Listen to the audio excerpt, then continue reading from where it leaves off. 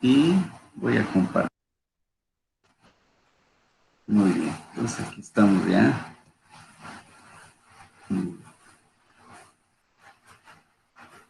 Ahí está.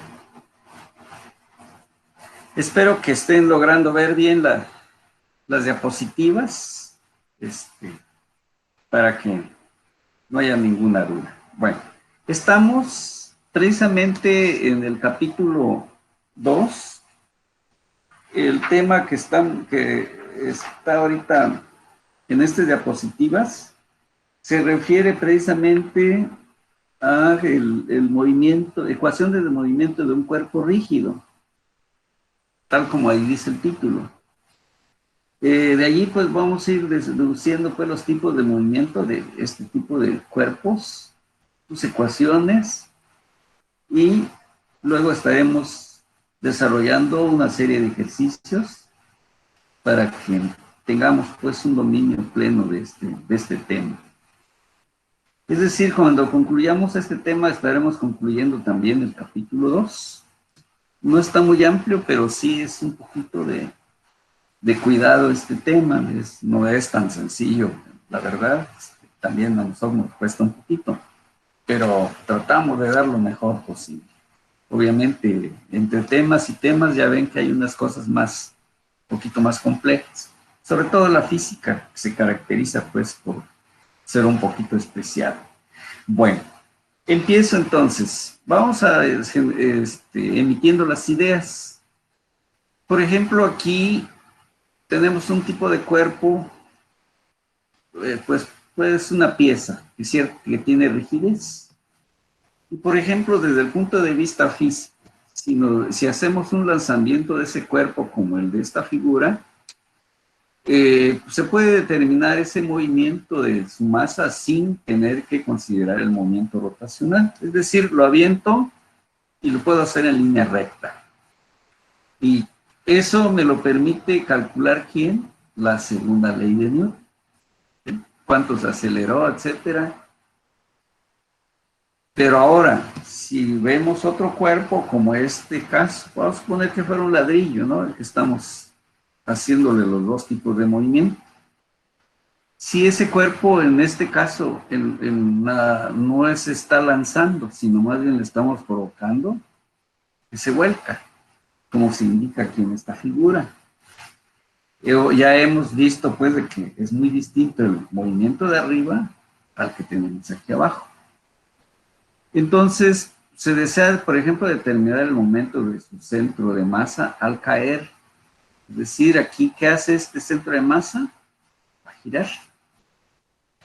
En este caso, el cuerpo está sometido a su peso y obviamente que el peso actúa hacia abajo y hay una reacción de la superficie que lo soporta, el piso.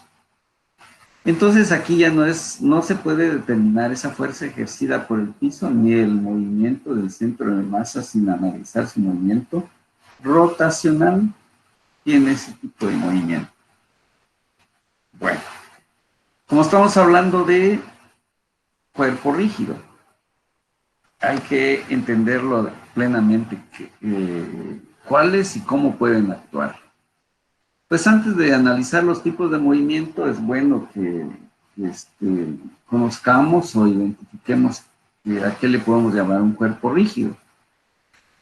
Desde luego que este es un concepto idealizado, porque si en estática ustedes analizaron bien la definición de cuerpo rígido, en realidad es un ideal, ¿verdad? Porque siempre habrá un cuerpo que le llamemos rígido, habrá otro más rígido. Entonces, ¿cuál es el más rígido de todos? Quizá no se ha descubierto o no existe en la realidad. Muy bien, entonces por eso se dice que es un concepto idealizado. ¿Por qué? Porque se dice que no se deforma, ¿sí? O su deformación es tan pequeña que no se percibe. Y entonces su movimiento puede aproximarse modelándolo como un cuerpo rígido. Entonces, sabemos que no es 100%, pero sí lo modelamos como un cuerpo rígido. Eso es lo que tenemos que aclarar. Tenemos aquí ejemplos. Tenemos un bastón este caso es un cuerpo que tiene cierta rigidez, pero bueno, lo aceptamos como un cuerpo rígido. Sin embargo, si vemos aquí esta caña de pescar, todos sabemos que por el propio peso del hilo más el peso de lo que vaya a pescar, esta se va a doblar bastante, hasta aparentar muchas veces que se va a quebrar. Entonces, no se está comportando como la definición de cuerpo rígido. Entonces, una comparativa. Para describir el movimiento de un cuerpo rígido es suficiente describir el movimiento de un solo punto. Es decir, por ejemplo, si nos referimos a este ladrillo, podemos definir que su movimiento es curvilíneo o rectilíneo, considerando nada más un punto. Es decir, lo puedo hacer desde este extremo, de cualquier lugar, y todas las partículas que componen ese cuerpo tienen el mismo tipo de movimiento, ¿verdad? Entonces, por eso dice aquí que es suficiente describir el movimiento de un solo punto. Por ejemplo, vamos a suponer que vamos en un avión. Todos los pasajeros llegan en el mismo tiempo. Y no importa el que va, digamos, a la cabina como aquel que va hasta allá atrás en el último asiento. Finalmente todos llegamos al mismo tiempo. ¿Qué significa? Que lo estamos viendo eso como un cuerpo rígido. Y que lo que se movió el primer pasajero, el que va hasta adelante, lo mismo se movió el que va hasta el último asiento. Entonces, por eso dice que con solo conocer un punto, conocemos el del cuerpo en su totalidad. Y ese punto puede ser lo que es su centro de masa. Por allí en el tema anterior, precisamente eso es lo que se calcula, el centro de masa de los cuerpos. Ustedes en estática ya lo que calcularon fueron los centroides, ¿sí?, de elementos estructurales. Aquí ya lo vamos a ver, o se ve como centro de masa. Muy bien. Y luego, ahí puede ser un movimiento de tipo rectilíneo, pero también se puede presentar un movimiento de tipo rotacional, es decir, girar alrededor, en este caso, del rotacional de ese punto. Es decir, por ejemplo, aquí, volviendo otra vez, aquí se puede ver que pudo haber sido el movimiento así, pero al mismo tiempo pudo ir girando. Entonces, a eso se refiere este comentario, que puede tener los dos tipos de movimiento. Como ayuda para visualizar los cuerpos, es un sistema de coordenadas que se consideran junto al cuerpo. A este sistema se le llama fijo al cuerpo. Es decir, lo que se mueve en el cuerpo, se mueve el sistema. Traslación, generalmente pues, se puede dar de manera lineal. Si un cuerpo rígido en movimiento no gira, se dice que está en traslación, ¿sí? Es decir, nada más se mueve de un punto a otro sin girar. Cada cuerpo rígido en traslación tiene la misma velocidad y aceleración, ¿sí?, así como vimos todas las partículas que lo componen. Por lo que el movimiento de ese cuerpo rígido se puede describir completamente si se describe el movimiento de un punto de él, como ya se había comentado antes. El punto se puede mover en línea recta o en forma curvilínea. Las direcciones de los ejes de un sistema coordenado fijo al cuerpo permanecen constantes. Por ejemplo, el columpio, ahorita vamos a ver, de una vez. Aquí vemos que este cuerpo se está moviendo así. Y aquí tenemos un sistema de referencia espacial que va junto a él. Por eso su nombre, junto al cuerpo. Entonces va describiendo y en este caso vemos que X permanece siempre horizontal, Y y permanece siempre horizontal. Entonces, no, en este caso hay una traslación. Cuando ya Y o X empiecen a tener un cambio, entonces está sucediendo en el otro tipo de movimiento. Bueno, vemos, por ejemplo, aquí también en este caso el columpio del niño. Esta línea se mantiene fija. Entonces, lo único que hace es un movimiento de traslación, ¿verdad? Nada más, pero no. Desde luego que estas piezas sí son las que están ejecutando, pero finalmente es un giro.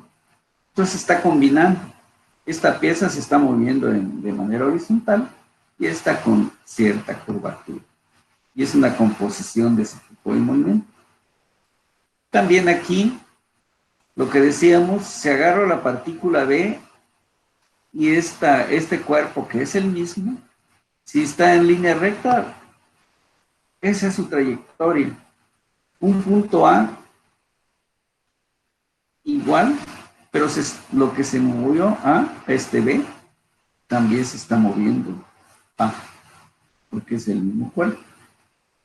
A eso se refería a los comentarios de un momento, hace un momento. Aquí se está ilustrando. Veamos algo más. Rotación, ahora sí. Respecto a un eje fijo, por ejemplo, lo que decía hace un momento. Si ahora, además de que se traslada el eje X que estaba horizontal, ahora resulta que ya está vertical y el Y está casi horizontal y el único que se está manteniendo es Z. Este es como el eje de este motor. Cualquier pieza que esté aquí está girando. Si por ejemplo aquí estaba X primero y aquí estaba Y, ahora resulta que hizo este movimiento. Sin embargo, este eje se mantiene. Entonces a esto le estamos llamando rotación respecto a un eje fijo, que es un movimiento curvilíneo. Bueno, entonces después de la traslación, el tipo más sencillo de movimiento del cuerpo rígido es la rotación alrededor de un eje fijo. Por ejemplo, en esta figura 2.9 que tenemos, el eje Z del sistema coordenado del cuerpo permanece fijo, mientras que X y Y giran alrededor de Z. Cada punto del cuerpo rígido que esté sobre el eje se mueve en una trayectoria circular alrededor de él. Lo que explicaba aquí, estas piezas que tiene el motor están girando alrededor del movimiento curvo o secular. Por ejemplo, el rotor de este motor eléctrico gira alrededor de su eje. A eso es lo que le llamamos rotación respecto a un eje. Hay movimiento bidimensional. Por ejemplo, tenemos que un cuerpo rígido está sometido a un movimiento plano o bidimensional si su centro de masa se mueve en un plano fijo y un eje del sistema coordinado fijo al cuerpo permanece también perpendicular al plano, como en esta figura. Entonces aquí está el eje, este se mantiene, pero estos dos, ¿qué están haciendo? Están girando. Entonces, a eso estamos en un movimiento bidimensional. Entonces, el plano fijo es el plano de movimiento. La rotación de un cuerpo rígido respecto a ese eje es un caso especial del movimiento bidimensional. Bien.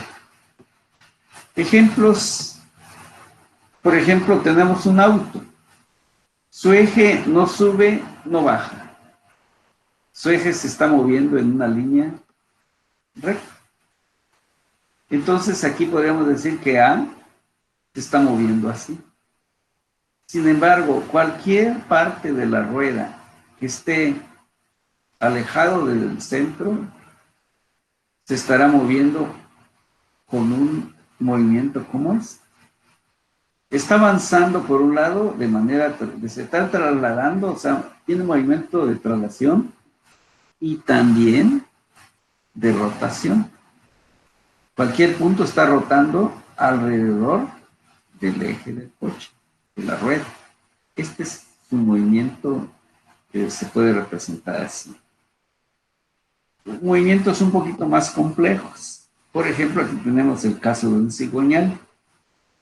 Pues este está bajando, por un lado baja, sube, gira alrededor de este eje. Entonces las partes, por ejemplo, de un motor de combustión interna, al operar en un dispositivo de pruebas, ilustran los tres tipos de movimiento: traslación, rotación respecto a un eje fijo y el bidimensional. ¿Bien?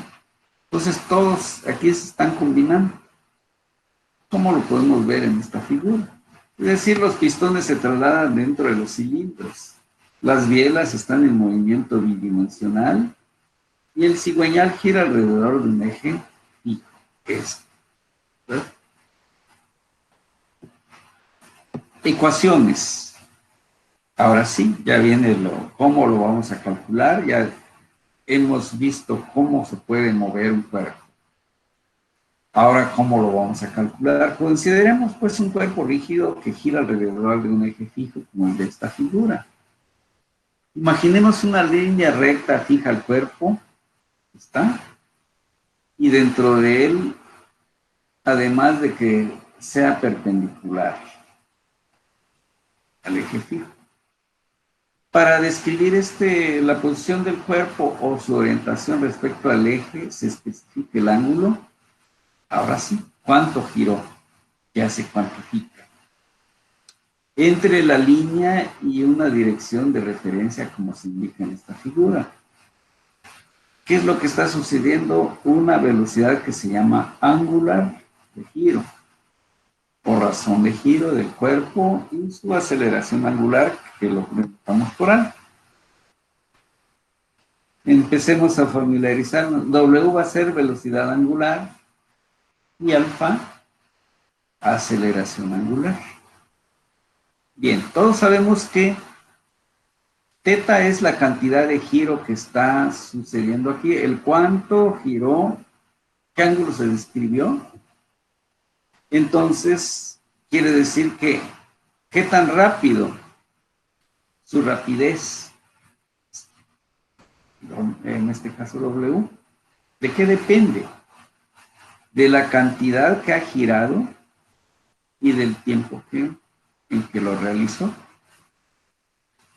Si lo hizo en un en un tiempo muy corto, decimos que gira con mucha rapidez. Si lo hace muy lentamente, decimos que lo hace de manera muy lenta. Entonces sabemos que la derivada de giro respecto del tiempo me va a dar la velocidad de tipo angular.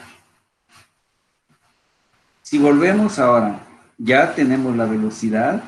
Ahora entonces, si derivo la velocidad, voy a obtener aceleración, que también lo puedo obtener a través de la segunda derivada del giro, en este caso teta, entre la segunda derivada del tiempo.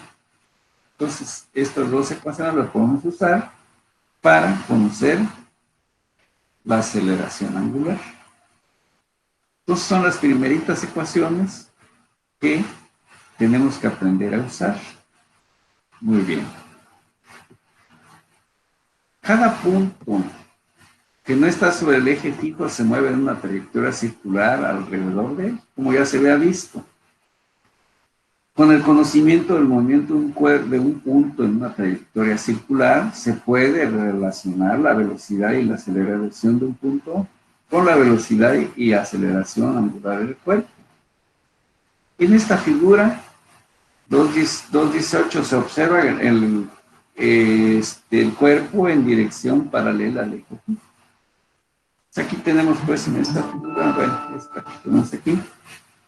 Entonces la velocidad de un punto a una distancia ya está. Aquí, por ejemplo, tomo de referencia este punto y observamos el punto que nos interesa. En este caso, alejado a una distancia r, y que el movimiento es, en este caso, así, curvo. Entonces, en este caso vemos que es tangente, ¿quién? La velocidad a la trayectoria, como vemos en esta figura 2.3. Y está dada en términos de la velocidad angular del cuerpo por... Entonces, esta es velocidad tangencial, es igual a la cantidad, o sea, el radio por la cantidad de giro. Es decir, si el radio es grande, crece la velocidad. Si el ángulo que describe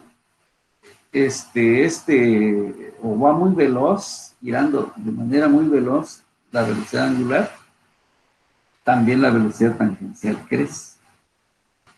Esto lo podemos entonces obtener también como distancia y derivar, en este caso, esta velocidad angular. Son equivalentes estas fórmulas. Entonces depende de la información que tengamos, así serán los términos que vamos a usar. Entonces vean, aquí ya tenemos un punto fijo, ya no es necesariamente el eje, sino de aquí, y que se esté generando un giro a través de este punto. Si va muy rápido, velocidad angular muy grande, tangencial y angular muy grande. Acuérdense que cuando es tangencial es la que lleva un punto en la trayectoria, y la angular es esta, la que tenemos aquí. ¿Qué tan rápido está describiendo un ángulo? El qué tan rápido es que crezca mucho θ. Bien, por otro lado tenemos aquí aceleración, también respecto a una referencia, que en este caso es R. Aquí también hay una aceleración de tipo tangencial. Si hay velocidad, hay crecimiento de velocidad, entonces hay una aceleración de tipo tangencial. Y al crecer esa aceleración tangencial, también hay una aceleración de tipo normal, que es la que está apuntando hacia el punto de referencia, hacia el centro de la curva. Entonces quiere decir que si aumenta mucho la velocidad angular de esta partícula, de cualquier partícula, aumenta su aceleración tangencial y también su aceleración normal. Entonces, gráficamente aquí los estamos representando. Pues aquí, algún pequeño primer ejercicio. Vemos aquí la relación de distancias. Por ejemplo, un punto tiene componentes de aceleración tangencial, aquí está, y normal. Por acá también debe haber una normal aquí. Este es el radio, este es aceleración, y este es velocidad angular de B. Y aquí también hay aceleración de A y velocidad angular de A. Bueno, aquí hay un punto que está, un punto P. Bien, entonces está sucediendo una situación de trayectoria circular. En términos de la velocidad y de las aceleraciones angulares del cuerpo, las componentes están dadas por lo que acabamos de ver. Aceleración tangencial es igual a R por alfa. En este caso es aceleración de giro. Por R me vas a dar esta aceleración de tipo tangencial. O bien, como lo había visto, va a ser igual a R por la segunda derivada de t. Y la aceleración normal, esta es una fórmula que se ve en componentes de velocidad, en componentes normal y tangencial. Bueno, es lo que van a encontrar de lo que ya está en el material que ya está en la plataforma. Bien. Y esto es equivalente, pues, a R, al radio, que tenemos aquí o aquí. ¿Y qué tan rápido gira? Aquí está este, aquí está este.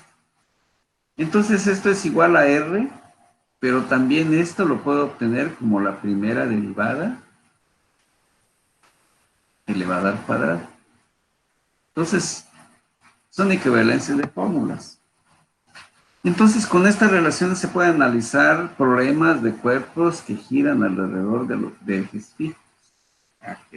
Entonces, ahí tenemos fórmulas. Aquí hay un pequeñísimo problema.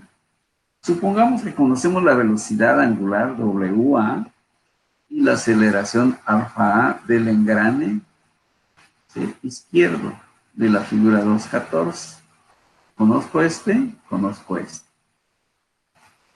Como las velocidades de los engranes deben ser iguales en el punto P. ¿Por qué? Porque aquí están unidos. Entonces no hay movimiento relativo entre ellos en P. Bien, esa es una situación de condición. Observamos pues de que, ¿qué significa? Que no hay igualdad en este caso de velocidad. Entonces quiere decir que hay una proporcionalidad. Que el radio de A con velocidad de A es igual al radio de B con velocidad angular de B. ¿Sí? Por esta razón, lo que se decía pues de que hay un punto aquí común en donde se da esta igualdad. Por lo que W, ¿qué es lo que necesitamos? Si conozco estos dos datos, puedo conocer los de aquí. ¿Cómo? Simplemente despejando. ¿Qué me interesa? Me interesa, por ejemplo, la velocidad de B, velocidad angular de B. Lo despejo de aquí. Entonces sería RAWA entre RB. Aquí está. Y derivando, podemos encontrar, si este es WB, esta será aceleración de B. ¿Cómo? Pues haciendo la derivación de la velocidad. ¿Y qué significa? Que estoy derivando RA entre R de B, W, que sería la primera derivada. Y eso sería entonces la solución, en este caso, a las equivalencias de las fórmulas. Obviamente dando las condiciones de cada una de ellas. Bien, con esto hasta aquí tengo este material del día de hoy. Fue, digamos, un bosquejo de este tipo de movimiento. Y vamos a ampliar, ya tenemos las fórmulas. Vamos a ampliar entonces algunos aspectos deductivos que son necesarios también conocer y luego entrar a una serie de ejercicios en los que estos conceptos los estemos utilizando y logremos un conocimiento pleno de este tipo de movimiento. Por esta ocasión, este era el material que traía y que ya queda para subirlo a la plataforma en un rato para que ustedes lo puedan repasar, aparte de la explicación que he tratado de dar o que hasta donde sea claro, ustedes también la pueden ir repasando y sin duda ampliando, ¿verdad? Un material muchas veces lo vemos una vez, entendemos una parte, lo volvemos a repasar y volvemos otra vez a encontrarle más información y así sucesivamente. Y aparte de las ampliaciones que vamos a hacer al respecto. Quizá ahorita fue la parte teórica, la más deductiva de fórmulas y muy elementales. Bueno, si no hay algún comentario más, jóvenes, esta sesión la quiero dar por terminada y estaremos en el horario y todo lo que, creo que eso se mantiene, ¿verdad? Es nada más un replanteamiento de lo que comentaba al principio, de que vamos a retomar el curso de tal manera que trabajemos de manera, pues cómoda, ¿no? Que vayamos ahora sí generando nuestro avance del curso y trabajen ustedes también de manera ordenada y cómoda, ¿verdad? Con toda la información que ustedes deben de estar recibiendo de parte de sus maestros. Con esto me despido entonces, voy a dejar de tener la grabación.